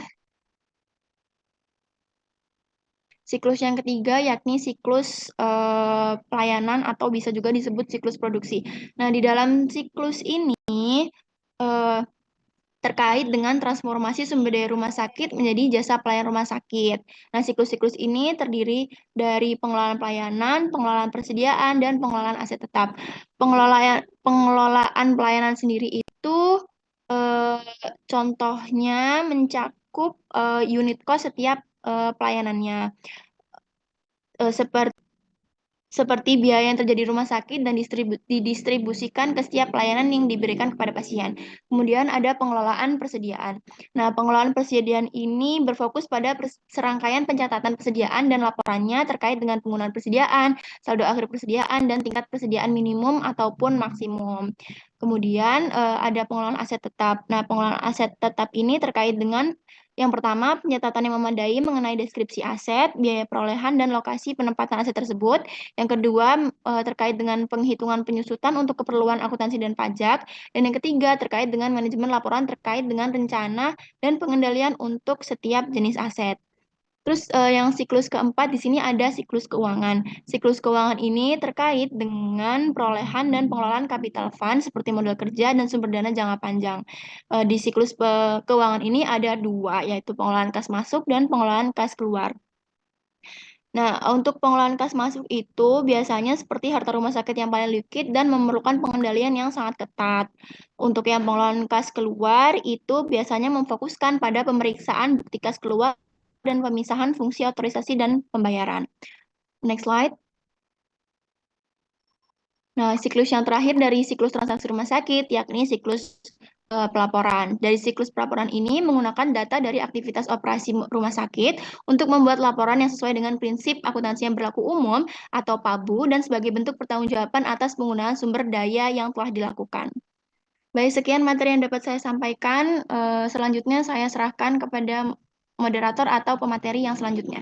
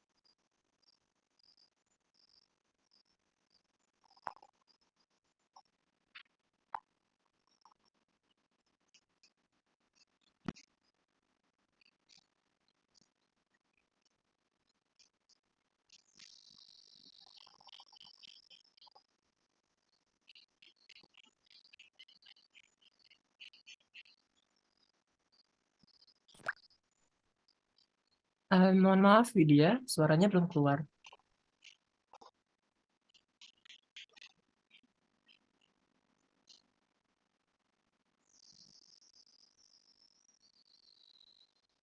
Mohon maaf karena suaranya tidak ada, saya pakai device-nya Fani. Baiklah, di sini saya akan menjelaskan terkait perbandingan antara laporan keuangan rumah sakit BLU dan rumah sakit swasta. Untuk rumah sakit BLU sendiri, basis yang digunakan yaitu basis akrual dan basis kas. Sedangkan untuk rumah sakit swasta, basis yang digunakan yaitu basis akrual. Yang kedua, terkait standar akuntansi yang digunakan untuk rumah sakit BLU dan rumah sakit swasta. Untuk rumah sakit BLU sendiri, standar akuntansi mengikuti SAP pada PP 71 tahun 2010. Sedangkan untuk rumah sakit swasta, standar akuntansi yang digunakan mengikuti PSAK. Yang ketiga yaitu terkait laporan keuangan rumah sakit BLU maupun swasta. Untuk BLU sendiri terdiri dari 7 laporan. Yang pertama ada laporan realisasi anggaran, laporan neraca, laporan perubahan saldo anggaran, laporan arus kas, laporan operasional, laporan perubahan ekuitas, dan catatan atas laporan keuangan. Sedangkan untuk rumah sakit swasta sendiri, seperti dengan entitas private lainnya, yaitu terkait laporan posisi keuangan, laporan laba rugi, laporan arus kas, laporan perubahan ekuitas, dan catatan atas laporan keuangan. Untuk prinsip yang digunakan rumah sakit BLU dan rumah sakit swasta sama-sama menggunakan prinsip historis. Next slide. Selanjutnya, saya akan menjelaskan terkait perbandingan laporan keuangan rumah sakit baik swasta maupun BLU. Untuk rumah sakit, untuk laporan yang pertama yaitu terkait laporan posisi keuangan. Untuk rumah sakit swasta, komponen-komponen dari laporan posisi keuangan ini terdiri dari aset tetap, aset lancar, liabilitas, dan ekuitas. Sedangkan untuk Badan Layanan Umum, laporan posisi keuangan itu komponennya terdiri dari aset tetap, aset lancar, aset lainnya, liabilitas, dan ekuitas. Untuk laporan yang kedua, laporan realisasi anggaran. Laporan realisasi anggaran ini hanya dimiliki oleh Rumah Sakit BLU, terdiri dari komponennya yaitu yang pertama pendapatan, belanja negara, transfer, dan pembiayaan. Yang selanjutnya laporan perubahan saldo anggaran. Untuk Rumah Sakit BLU terdiri dari saldo anggaran awal, penggunaan, sisa lebih kurang, serta koreksi dari sisa lebih kurang tadi, serta yang terakhir saldo anggaran akhir. Untuk laporan operasionalnya, Badan Layanan Umum itu terdiri dari komponen pendapatan dan beban. Next slide. Selanjutnya, laporan arus kas. Untuk rumah sakit swasta, laporan arus kas komponennya itu terdiri dari arus kas operasional, arus kas investasi, dan arus kas pendanaan. Sedangkan laporan Badan Layanan Umum sendiri terdiri dari arus kas operasional, arus kas investasi, arus kas pendanaan, dan ada tambahan yaitu terkait arus kas non-anggaran. Laporan selanjutnya yaitu terkait laporan perubahan ekuitas. Untuk perusahaan swasta terdiri dari saldo awal dan saldo akhir, sedangkan untuk Badan Layanan Umum terdiri dari ekuitas awal, surplus atau defisit, dan ekuitas akhir. Yang terakhir yaitu terkait laporan laba rugi untuk perusahaan untuk rumah sakit swasta terdiri dari komponen pendapatan, beban, penghasilan komprehensif, pengurangan dari pajak, dan laba neto. Sedangkan untuk catatan atas laporan keuangan kedua rumah sakit tersebut sama, yaitu menyajikan terkait hal-hal penting terkait aset, liabilitas, piutang, ekuitas, dan lain sebagainya. Untuk materi selanjutnya atau studi kasus akan dijelaskan oleh rekan saya. Terima kasih. Oke, baik, terima kasih. Di sini lanjut saya akan menjelaskan mengenai contoh penerapan akuntansi pada rumah sakit BLU. Oke, seperti yang kita ketahui sebelumnya bahwa dalam penerapan akuntansi pada rumah sakit swasta dan BLU itu memiliki beberapa perbedaan, yang mana perbedaan tersebut sudah dijelaskan oleh rekan saya sebelumnya. Namun terdapat perbedaan lain dalam rumah sakit BLU dan juga swasta. Umumnya itu pada bentuk struktur dananya. Jadi pada rumah sakit BLU sendiri ini memiliki struktur dana yang berasal dari pemerintah, karena rumah sakit BLU sendiri masih terkait dengan pemerintah, yang mana anggaran atau dana tersebut digunakan untuk aktivitas operasional. Nah, aktivitas operasional tersebut nantinya akan dilaporkan dalam bentuk laporan realisasi anggaran. Nah, dana atau anggaran yang diberikan oleh pemerintah ini memiliki dua jenis. Yang pertama itu dana subsidi atau yang biasanya disebut dengan dana subsidi kesehatan. Nah, dana ini dapat digunakan untuk membantu pengeluaran rumah sakit seperti pembelian obat-obatan, perawatan pasien, dan pengadaan alat medis. Kemudian bantuan keuangan yaitu bantuan yang dapat membantu membiayai pengeluaran untuk kegiatan yang dilakukan rumah sakit, misalnya seperti pembaruan fasilitas, renovasi, dan pelatihan tenaga kerja atau tenaga medis. Kemudian struktur dana dari rumah sakit BLU ini tidak hanya berasal dari pemerintah, tapi dari berbagai bentuk. Yang pertama itu ada asuransi kesehatan, kemudian biaya pelayanan. Nah, biaya pelayanan ini berasal dari jasa yang telah diberikan kepada pasien, baik itu jasa medis maupun jasa administrasi. Kemudian donasi. Nah, donasi ini biasanya diberikan oleh pihak eksternal, baik itu perorangan, organisasi, maupun lembaga untuk membantu memenuhi kebutuhan rumah sakit, baik itu alat-alat medis maupun obat-obatan. Kemudian pinjaman. Nah, rumah sakit Badan Layanan Umum ini bisa mengajukan pinjaman untuk membantu memenuhi kebutuhan rumah sakit, baik itu obat-obatan, gaji karyawan, maupun peralatan medis. Kemudian yang terakhir itu ada hibah. Nah, hibah sendiri dapat diberikan oleh pemerintah, lembaga maupun perusahaan untuk membantu program-program kesehatan yang prioritas seperti membantu penanganan COVID-19. Oke, di sini merupakan contoh dari penerapan akuntansi pada rumah sakit Badan Layanan Umum. Nah, kelompok kami di sini mengambil contoh dari rumah sakit Badan Layanan Umum, yaitu Rumah Sakit Haji Surabaya. Nah, pada laporan keuangannya terdapat 7. Yang pertama itu laporan realisasi anggaran. Nah, perlu diketahui bahwa dalam laporan realisasi anggaran pada Rumah Sakit Haji Surabaya ini menggunakan basis kas untuk belanja dan pembiayaannya. Kemudian ada neraca. Neraca di sini menunjukkan posisi keuangan rumah sakit pada akhir periode tertentu, termasuk aset, kewajiban, dan juga ekuitas. Kemudian ada perubahan saldo anggaran, yang mana menyajikan berbagai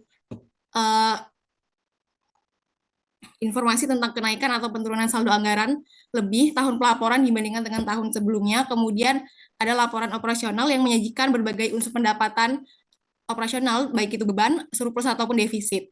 Kemudian ada laporan arus kas serta laporan perubahan ekuitas. Nah, laporan perubahan ekuitas pada BLU ini berbeda dengan swasta karena terdapat pos tambahan yaitu surplus ataupun defisit LO. Kemudian yang terakhir itu ada catatan atas laporan keuangan. Baik, demikian yang dapat saya sampaikan. Selanjutnya akan disampaikan oleh rekan saya.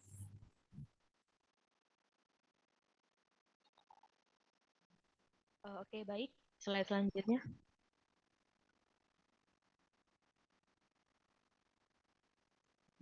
Baik, di sini saya akan menjelaskan mengenai contoh penerapan akuntansi rumah sakit swasta, yaitu rumah sakit swasta mitra keluarga. Oke, next slide. Dalam hal ini, struktur dana yang dimiliki rumah sakit swasta itu pada umumnya sama dengan rumah sakit BLU, namun yang membedakan adalah dalam hal pendapatan. Nah, dalam hal ini, struktur dana rumah sakit swasta pada rumah sakit mitra keluarga yaitu berasal dari pendapatan dari pasien, kemudian asuransi kesehatan, pendapatan dari fasilitas dan layanan tambahan, donasi dan sumbangan, serta hibah. Untuk pendapatan dari pasien, pendapatan utama rumah sakit swasta itu berasal dari pasien yang membayar biaya pelayanan medis, sebagaimana dijelaskan sebelumnya pada siklus pendapatan. Kemudian yaitu mencakup seperti biaya kunjungan, biaya tindakan medis, biaya rawat inap, perawatan intensif, dan lainnya. Pada intinya, perbedaan mendasar pendapatan antara rumah sakit BLU dan rumah sakit swasta adalah yaitu pada rumah sakit BLU terdapat pendapatan yang berasal dari pemerintah berupa subsidi, yaitu subsidi kesehatan dan bantuan keuangan, sebagaimana telah dijelaskan sebelumnya. Sedangkan pada rumah sakit swasta tidak ada pendapatan dari pemerintah. Kemudian asuransi kesehatan sama rumah sakit swasta juga melakukan kerjasama dengan perusahaan asuransi kesehatan di mana pasien yang memiliki polis asuransi kesehatan dapat menggunakan jaminan asuransi mereka untuk membayar biaya pelayanan medis di rumah sakit. Kemudian rumah sakit akan menerima pembayaran dari perusahaan asuransi tersebut sesuai dengan perjanjian yang ada. Selanjutnya, pendapatan dari fasilitas dan layanan tambahan.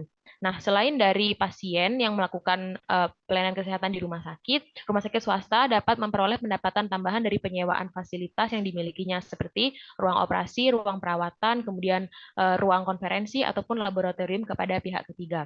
Selanjutnya yaitu donasi dan sumbangan. Hal ini sama dengan rumah sakit BLU di mana rumah sakit swasta juga dapat menerima donasi atau sumbangan dari pihak individu, yayasan, perusahaan, ataupun kelompok masyarakat lainnya. Sumbangan ini dapat digunakan untuk pengembangan fasilitas seperti pembelian peralatan medis, program sosial, atau pembiayaan pelayanan kesehatan bagi pasien yang kurang mampu.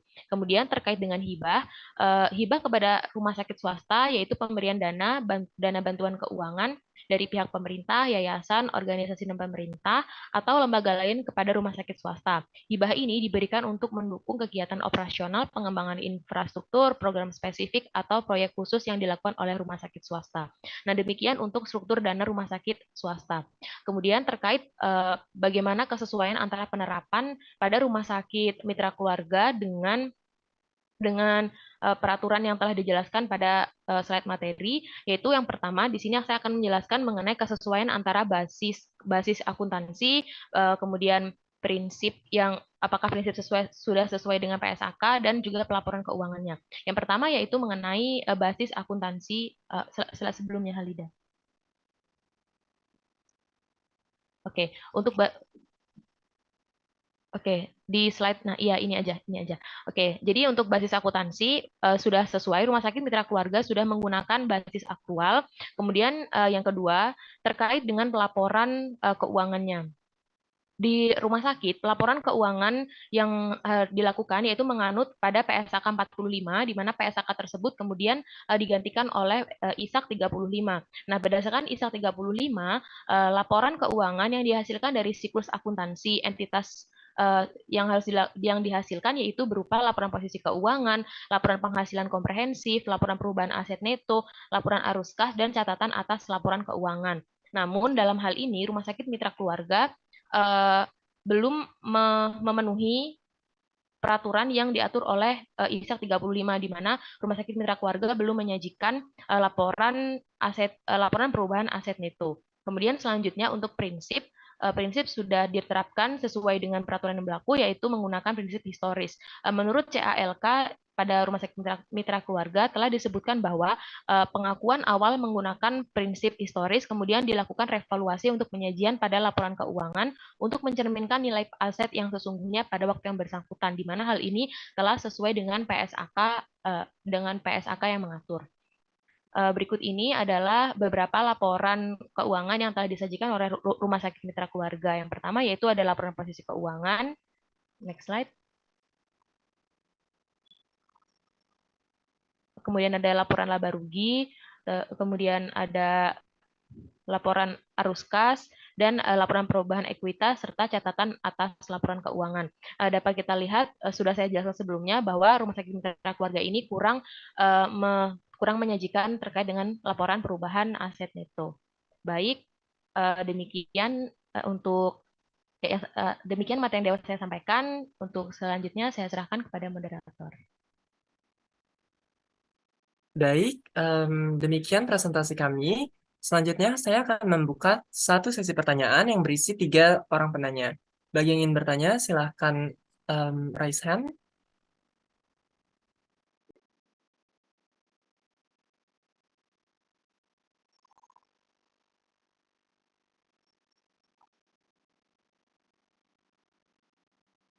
Baik, untuk yang pertama, dari Rosa Hilya mungkin. Baik, terima kasih atas kesempatannya. Nama saya Roselia Robiah dengan ujung NPM 053. Seperti yang sudah dijelaskan bahwa ciri dari LSRS BLU adalah lebih terjangkau dan berkualitas. Namun, tidak dipungkiri sering terjadi kasus korupsi yang dilakukan oleh oknum-oknum tertentu, sehingga mengakibatkan kualitas RS bagi masyarakat menurun. Menurut kalian, bagaimana solusi yang dapat dilakukan sehingga tindakan korupsi pada rumah sakit tidak terjadi dan kualitas RS lebih terjaga? Sekian dari saya. Terima kasih. Baik, terima kasih Rosa Hilya atas pertanyaannya. Untuk yang penanya kedua, Rizky Riko. Baik, terima kasih. Assalamualaikum warahmatullahi wabarakatuh. Saya ingin bertanya tentang bagaimana rumah sakit BLU memastikan bahwa sumber pendanaan yang diterima dari APBN, APBD, dan dana BLU digunakan secara efektif dan efisien untuk memberikan pelayanan kesehatan berkualitas kepada masyarakat. Apakah ada mekanisme pengawasan yang memadai untuk memastikan penggunaan dana yang tepat dan transparan? Terima kasih. Baik, terima kasih untuk Rizky Riko. Yang terakhir dari Fania. Baik, terima kasih moderator. Sebelumnya perkenalkan diri, saya Fania Anjani dengan NPM 211031084. Saya ingin bertanya, bagaimana rumah sakit mengelola dan melaporkan aspek keuangan yang berkaitan dengan risiko malpraktik? Apakah ada pengaturan keuangan khusus untuk menghadapi potensi klaim hukum dan biaya pemulihan yang tinggi tersebut? Baik, terima kasih Fania. Oleh karena sudah 3 penanya, maka kita akan berdiskusi sebentar. Beri kami waktu 2 menit untuk mendiskusikan jawaban kami. Terima kasih.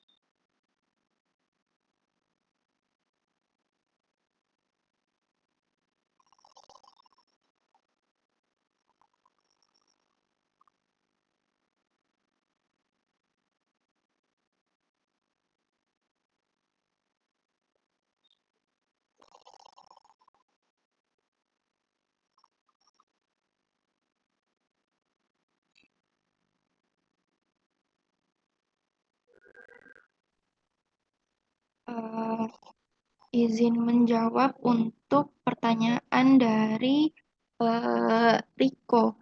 Nah, tadi kan pertanyaannya itu terkait tentang bagaimana Rumah Sakit Blue itu memastikan bahwa sumber dananya itu yang diterima dari APBN dan APBD atau dana Blue itu digunakan secara efektif dan efisien untuk memberikan pelayanan kesehatan untuk kepada masyarakat. Nah, ada beberapa langkah-langkah yang dilakukan Rumah Sakit Blue untuk mengatasi hal tersebut dan untuk melakukan pengawasan terhadap penggunaan dana-dana tersebut. Yang pertama itu yang dilakukan oleh Rumah Sakit Blue adalah penyusunan rencana kerja dan anggaran rumah sakit atau RKA RS. Nah, Rumah Sakit Blue itu harus menyusun RKRS yang mencakup program, kegiatan, dan anggaran yang diperlukan untuk memberikan pelayanan kesehatan berkualitas kepada masyarakat. Dan rencana ini itu harus melibatkan para ahli dan profesional yang kompeten dalam bidang manajemen rumah sakit. Kemudian langkah yang kedua yaitu adanya mekanisme pengawasan internal. Nah, Rumah Sakit Blue itu harus memiliki mekanisme pengawasan internal yang kuat. Dan ini termasuk pembentukan unit internal audit yang independen untuk memeriksa dan mengevaluasi kegiatan rumah sakit secara berkala. Dan pengawasan internal juga melibatkan pemantauan kepatuhan terhadap prosedur, peraturan, dan kebijakan yang ditetapkan. Kemudian langkah ketiga yang dilakukan Rumah Sakit Blue adalah audit eksternal. Selain pengawasan internal, Rumah Sakit Blue itu juga tunduk pada audit eksternal yang dilakukan oleh BPK atau Badan Pemeriksa Keuangan. Dan audit ini tuh bertujuan untuk mengevaluasi keuangan dan operasional rumah sakit serta memastikan kepatuhan terhadap peraturan dan prosedur yang berlaku. Kemudian Rumah Sakit Blue juga memiliki kebijakan yakni transparansi dan akuntabilitas.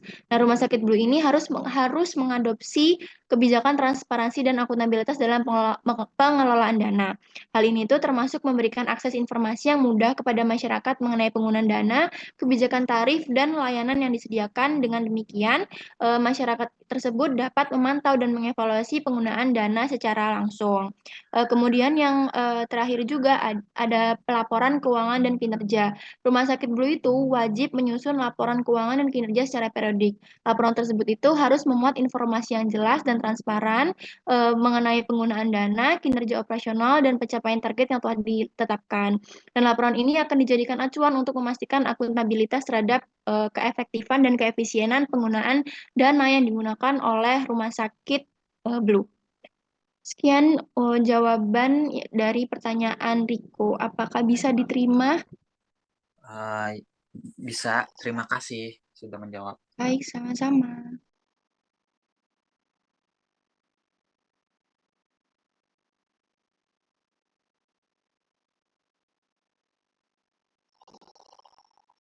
Baik, selanjutnya saya akan menjawab pertanyaan dari Rosa. Pertanyaannya yaitu menurut kalian bagaimana solusi yang dapat dilakukan sehingga tindakan korupsi pada rumah sakit tidak terjadi dan kualitas rumah sakit lebih terjaga. Jadi ada 3 hal yang harus dilakukan oleh rumah sakit. Pada intinya yaitu meningkatkan kualitas pengendalian. Yang pertama yaitu untuk transparansi dan akuntabilitas. Jadi rumah sakit itu harus meningkatkan transparansi dalam pengelolaan keuangan rumah sakit, seperti proses pengadaan, penggunaan dana, dan alokasi sumber daya. Selain itu, audit independen dan pengawasan yang ketat juga harus diterapkan untuk memastikan akuntabilitas yang tinggi. Yang kedua yaitu mengadakan sistem pengaduan seperti whistleblower. Jadi, mekanisme untuk whistleblower ini membuat mekanisme yang mudah diakses bagi individu atau kelompok yang ingin melaporkan praktik korupsi. Mengingat bahwa praktik korupsi ini berasal dari internal, sehingga sistem whistleblower ini dapat si whistleblower ini yang melapor dijamin kerahasiaannya untuk mencegah tindakan balasan dapat menghambat pengungkapan lebih lanjut. Selanjutnya yaitu mengenai penggunaan teknologi. Nah, rumah sakit itu harus meningkatkan penggunaan teknologi seperti untuk pengelolaan administrasi dan keuangan rumah sakit sehingga dapat mengurangi potensi praktik korupsi. Contohnya yaitu mengenai pengendalian terhadap penggunaan teknologi, yaitu penggunaan sistem komputerisasi untuk pemantauan inventaris, pengadaan, dan pembayaran dapat meningkatkan efisiensi dan mengurangi peluang penyelewengan dana. Demikian untuk anggota kelompok yang lain, jika ingin menambahkan, dipersilakan. Baik, izin menambahkan sedikit. Jadi, selain menggunakan hal-hal yang sudah disebutkan oleh Kinan tadi, sebaiknya pihak rumah sakit juga membentuk suatu badan atau atau suatu kelompok khusus yang untuk digunakan mencegah hal-hal tersebut seperti adanya supervisor. Misalnya kalau manajemen rumah sakit ingin menjalankan rancangan aktivitas kegiatan yang telah disusun pada awal periode. Nah, pada setiap prosedurnya itu harus didampingi oleh kelompok tersebut. Jadi sehingga pihak rumah sakit atau manajemen rumah sakit itu bakalan susah untuk melakukan hal-hal atau penyelewengan terhadap keuangan di rumah sakit tersebut. Sehingga akuntabilitas dan juga transparansi serta juga efisiensi juga bisa tercapai dalam rumah sakit tersebut. Seperti itu. Bagaimana, Ocha? Sudah dapat diterima, terima kasih. Baik, terima kasih. Baik, selanjutnya saya akan menjawab pertanyaan dari Fania Anjani terkait pertanyaan tadi, bagaimana rumah sakit itu dapat mengelola dan melaporkan aspek keuangan yang berkaitan dengan resiko malpraktik, serta apakah ada peraturan keuangan khusus untuk menghadapi potensi klaim hukum dan biaya pemulihan yang tinggi. Untuk malpraktik sendiri, beberapa rumah sakit mungkin memiliki tanggung jawab terkait malpraktik, seperti beberapa rumah sakit dapat menerapkan asuransi malpraktik, yaitu membeli asuransi malpraktik sebagai langkah untuk perlindungan keuangan terhadap potensi klaim hukum, yaitu asuransi ini dapat memberikan perlindungan finansial jika ada klaim malpraktik yang diajukan terhadap rumah sakit atau tenaga medis yang bekerja di dalamnya. Selain itu, premi asuransi ini biasanya dibayarkan secara teratur sebagai sebagian dari pengelolaan keuangan rumah sakit. Yang kedua, mungkin adanya dana cadangan, yaitu rumah sakit ini dapat mengalokasikan dana cadangan atau reserve fund sebagai bentuk pengaturan keuangan untuk menghadapi potensi klaim hukum dan biaya pemulihan yang tinggi. Dana ini biasanya dimaksudkan untuk menanggapi klaim malpraktik yang mungkin akan muncul di masa yang akan datang. Selain itu, pada setiap periode pelaporan keuangan, rumah sakit ini pasti akan melaporkan posisi dana cadangan untuk memastikan ketersediaan sumber daya yang memadai dan menghadapi risiko malpraktik. Bagaimana? Apakah ada rekan yang ingin menambahkan jawaban? Saya persilakan. Terima kasih. Izin menambahkan jawaban dari Widya. Jadi selain dua hal tadi itu terdapat langkah-langkah lain, yaitu yang pertama itu evaluasi risiko dan pengendalian. Jadi rumah sakit juga melakukan evaluasi risiko yang berkaitan dengan malpraktik dan menerapkan pengendalian yang sesuai. Nah, hal ini juga termasuk kebijakan dan prosedur untuk meningkatkan kualitas pelayanan, mengurangi risiko malpraktik, dan memastikan kepatuhan terhadap standar medis yang berlaku. Nah, upaya ini bertujuan untuk mencegah atau mengurangi kemungkinan terjadinya klaim malpraktik yang dapat berdampak pada aspek keuangan. Kemudian yang kedua yaitu pelaporan keuangan yang transparan. Nah, rumah sakit memiliki kewajiban untuk melaporkan posisi keuangan yang jelas dan transparan. Kemudian termasuk aspek keuangan yang berkaitan dengan risiko malpraktik. Nah, hal ini mencakup penyajian informasi tentang asuransi malpraktik, cadangan dana, dan kewajiban potensial terkait klaim hukum dalam laporan keuangan tahunan. Pelaporan yang transparan memberikan gambaran yang lebih baik tentang risiko keuangan yang mungkin dihadapi oleh rumah sakit. Jadi, pengelolaan keuangan yang cermat dan pelaporan yang tepat terkait risiko malpraktik menjadi penting bagi rumah sakit dalam menghadapi potensi klaim hukum dan biaya pemulihan yang tinggi. Baik, demikian jawaban yang dapat saya sampaikan. Bagaimana, Fani? Apakah sudah dapat diterima jawabannya? Baik, terima kasih Halida dan Widya. Jawabannya sudah cukup jelas.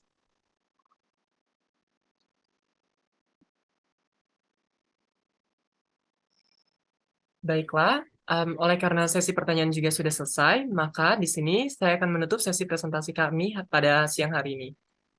Apabila terdapat kesalahan kata atau hal-hal yang tidak mengenakan, mohon dimaafkan. Wabillahi taufiq wal hidayah. Wassalamualaikum warahmatullahi wabarakatuh. Ya, waalaikumsalam. Mohon jangan di-close dulu ya, apa namanya slide-nya. Ya, mungkin Ibu ingin menekankan standar ya, terkait dengan standar yang digunakan oleh rumah sakit ini ya, ada di perbandingan tadi mungkin di slide perbandingan. Ya, mungkin supaya teman-teman yang lain lebih fokus begitu. Penjelasan kelompok ini sudah sangat baik, terima kasih. Komprehensif sekali ya dalam membahas mengenai apa itu rumah sakit BLU dan juga kemudian rumah sakit secara umum dan juga akuntansinya ya. Nah, di sini kita lihat bahwa pada rumah sakit BLU ya, yang perlu diingat adalah sama dengan standar yang digunakan pada organisasi sektor publik lainnya ya. yaitu adalah SAP, Standar Akuntansi Pemerintahan, ya, atau dengan apa istilahnya, istilah lainnya ya adalah PP 71 tahun 2010. Jadi kalau ditanya PP 71 2010 itu tentang apa? Tentang standar akuntansi pemerintah. Jadi SAP itulah regulasinya apa namanya? PP 71 tahun 2010 ya. Oleh sebab itu ya karena dia menggunakan PP 71 maka laporan keuangan yang dibuat itu sebanyak 7 buah. Sama dengan sebelumnya ya. Kementerian, BUMN tadi ya, kemudian sebelumnya juga organisasi publik lainnya yang di bawah pemerintahan itu menggunakan PP 71 tahun 2010. Ya. Tadi ada pertanyaan yang menarik ya terkait dengan apa namanya? Maaf, terkait dengan standar satu lagi ya adalah standar yang digunakan oleh rumah sakit swasta. Ya, betul. Tadi disampaikan kelompok ini bahwa rumah sakit swasta itu menggunakan PSAK 45. Ya, tetapi karena PSAK 45 sudah berubah di tahun 2020, ya, maka yang sekarang digunakan adalah ISAK nomor 35. Ya, jadi yang disebutkan di sini mengikuti IAI, standar akuntansi keuangan yang mengikuti IAI, di sini adalah ISAK 35. Ya, jadi komponennya mengikuti apa yang digunakan ya oleh apa namanya sesuai dengan apa yang tercantum di dalam standar akuntansi keuangan. Ya, kemudian tadi apa ya isu mengenai malpraktek ya tadi ditanyakan temannya ya bagaimana kemudian ini diantisipasi oleh organisasi atau entitas rumah sakit seperti apa ya ini memang apa ada pilihan gitu ya mau pakai reserve dana cadangan atau memang dia menggunakan asuransi. Jadi praktek malpraktek ini kejadian malpraktek ini ya karena dokter juga manusia biasa ya demikian pula perawat-perawatnya jadi memungkinkan terjadi ya. Nah, kalau apabila ini terjadi terus gimana? Ya apakah kemudian dibebankan kepada dokter itu secara pribadi? Ada yang seperti itu ya. Kejadian di Lampung itu ada yang apa namanya? Salah satu dokter SPOG ya kandungan kemudian dituntut ya oleh salah satu pasiennya dan kemudian minta ganti rugi sebesar 2 miliar dan akhirnya dokter itu yang mengembalikan gitu membayar tuntutannya. Tetapi ada juga rumah sakit yang turut bertanggung jawab ya terkait dengan kejadian tersebut ya diantaranya adalah menggunakan asuransi ya asuransi dan juga ada yang menggunakan dana cadangan dari rumah sakit tersebut ya itu udah tepat lah yang apa yang dijawab dan tadi ditambahkan oleh temannya. Nah kemudian apa namanya terkait dengan pengawasan ya pengawasan rumah sakit gimana gitu ya rumah sakit ini kan sebenarnya memang kalau nggak diawasi sama seperti entitas yang lain gitu ya kemungkinan untuk melenceng itu besar gitu ya apalagi ini untuk pelayanan publik. Nah sudah seharusnya ya dari sisi akuntansinya itu menjaga. Nah dan perangkat yang disediakan oleh akuntansi adalah adanya SPI ya Satuan Pengawas Internal ya untuk memastikan bahwa apa yang dilakukan sudah sesuai, sudah mematuhi regulasi yang ada, kemudian anggarannya tepat gitu ya, sesuai dengan sasaran dan pelaporan yang dilakukan sudah sesuai dengan regulasi yang berlaku ya. Seperti tadi, salah satunya adalah harus membuat setiap akhir tahun adalah laporan akuntabilitas kinerja ya, itu harus dilaporkan gitu ya. Tidak hanya kepada SPI tetapi juga kepada Dewan Pengawas gitu. Kalau di BLU Rumah Sakit BLU itu ada satuan lagi yang namanya Dewan Pengawas. Jadi Dewan Pengawas ini posisinya adalah untuk mengawasi dan memberikan apa istilahnya masukan ya, memberikan saran gitu ya terkait dengan permasalahan yang dihadapi oleh rumah sakit sehingga kinerjanya tetap baik begitu. Dan memastikan bahwa triple A itu ya ekonomi, efisiensi dan efektivitas memang tercapai ya, bisa tercapai. Kemudian kedudukan dari whistleblower gitu. Nah, ini juga whistleblowing merupakan mekanisme ya, salah satu mekanisme yang cukup independen yang mungkin cukup efektif ya. Terkadang pihak manajemen juga takut ya terkait dengan kemungkinan whistleblower ini akan melaporkan gitu atau mengungkap gitu ya adanya hal-hal yang tidak berkenan di hati para stakeholder ya, para pengguna, para pemangku kepentingan ini gitu ya. Di antaranya adalah ya kita ya pasien atau publik begitu. Nah, sehingga karena ada mekanisme ini, kemudian manajemen biasanya berhati-hati gitu ya supaya melaksanakan dengan sebaik-baiknya.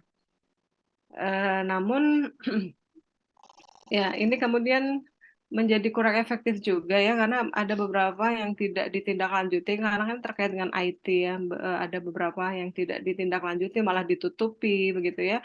Nah, akhirnya malah yang lebih efektif adalah mekanisme publik ya, media sosial, netizen dan sebagainya itu malah menjadi lebih efektif untuk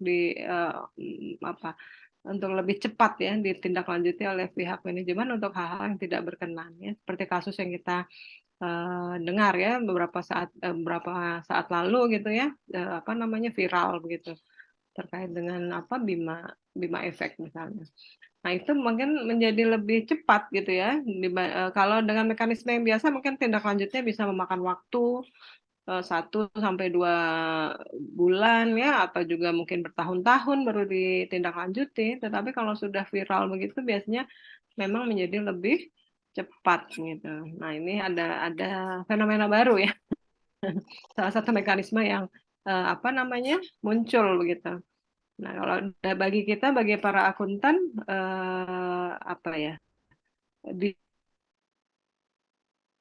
desain pengawasan itu menjadi yang dulunya triple helix ya, cuma ada pemerintah, kemudian bisnis ya, dan juga masyarakat, kemudian sekarang menjadi pentahelix karena adanya akademisi, kemudian adanya ini media sosial ya. Ya ini diantaranya netizen ini, nah itu. Jadi mekanisme itu yang dipandang sekarang menjadi cukup efektif gitu ya untuk menjaga, untuk mengawasi gitu ya performance dari suatu lembaga gitu. Ya mungkin demikian tambahan dari Ibu ya terkait dengan rumah sakit. Nah, kalau ada pertanyaan silahkan, masih ada waktu sedikit. Mungkin ada yang belum jelas atau sudah cukup jelas? Ya baik, kalau sudah cukup jelas silahkan di-close kelompok ini ya. Baik, terima kasih ya untuk hari ini. Mungkin nanti dikumpul PPT-nya via ketua kelas, namun Ibu mungkin menyarankan ini sumbernya perlu ditambahkan ya dalam satu slide sendiri, daftar referensi gitu supaya kita jelas ini dikutip dari mana. Ya, nanti yang dikumpul ditambahkan daftar referensi ya, bacaannya dari mana sehingga bisa lebih bisa dipertanggungjawabkan begitu. Kita tahu sumbernya ya, maksudnya tahu sumbernya dari mana, gitu ya. Ya,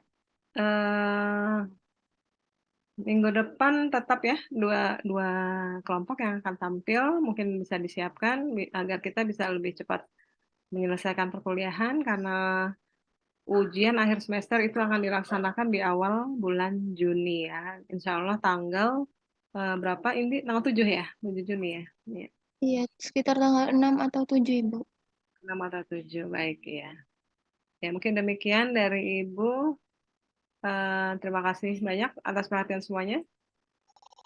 Ada masih pertanyaan atau cukup?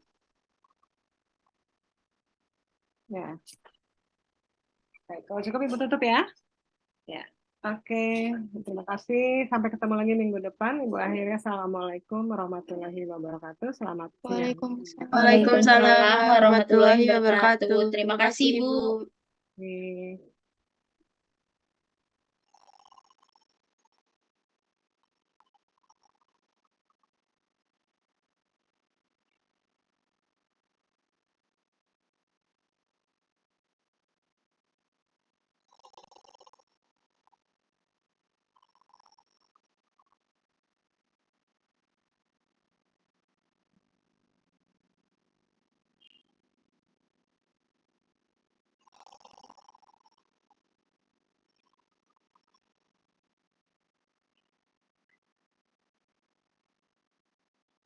Farel. Halo. Ada suara enggak? Kan? Nggak ada. Coba sih, coba.